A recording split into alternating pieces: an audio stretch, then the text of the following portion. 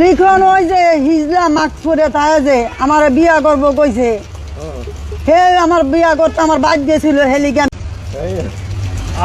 আমার চুলবাড়া ধরে বইছে এর মধ্যে আবার মোহনায় আমার চুলবাড়া ধরছে ধরিয়া আমার লাথি মারছে মোহনায় আর ওর মা আমার চুলবাড়া ধরছে এর মধ্যে আবার লিখনায় আমার চুলবাড়া ধরে বইছে লিখনায় ধরছে যখন তখন আমি মনে করো আমি তিনজন মাইসে আমার ধরছে তো তিনজন মাইসে আমার এর মধ্যে লিখনে আমার যখন চুলবাড়া ধরে রাখছে ডাইনাতে না বাম হাতে জানি ধরে রাখছে পরে আমি লিখাচ্ছি আমার মারিয়ে ওর হাত ছাড়াইছি আমি কি করবো আমার তো বাঁচতে হইব আমার ভোলাটারও তো মনে করেন এই দেশের সবাই দেশে প্রবাসের সবাই জানাইতেছি সবাই কাছে বিচার দিতেছি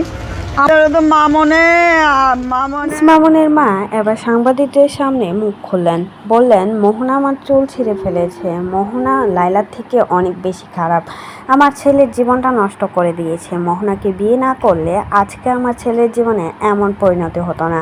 আর লিখন আসছিল আমাকে বিয়ে করতে, তাই নিজের রক্ষা করতে আমি এই কাজটা করেছি। আবার সাংবাদিকদের সামনে খোলাখুলি মুখ খুললেন মামুনের মা। আসলে মামুনের মা যে সবগুলো মিথ্যা বলছে তার বুঝতে বাকি রইল না পাবলিক। আসলে এই মহিলাই হচ্ছে সব নষ্টের গুণ। এই মহিলার জন্য আজকে মামুনের এই পরিণতি।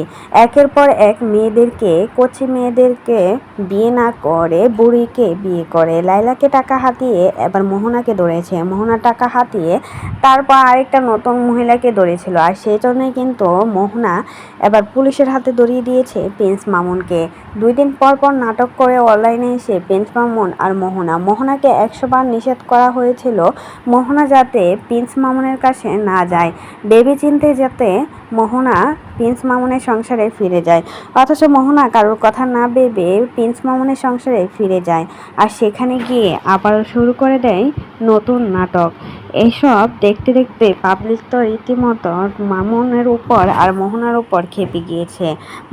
মামুনের পরিবারই কিন্তু আসলে এমনই হয়ে থাকে, এজন্যই কিন্তু আজকে এই পরিণতি হয়েছে। লাইলা এতদিন জ্বালাতো আর এখন মোহনা শুরু করেছে।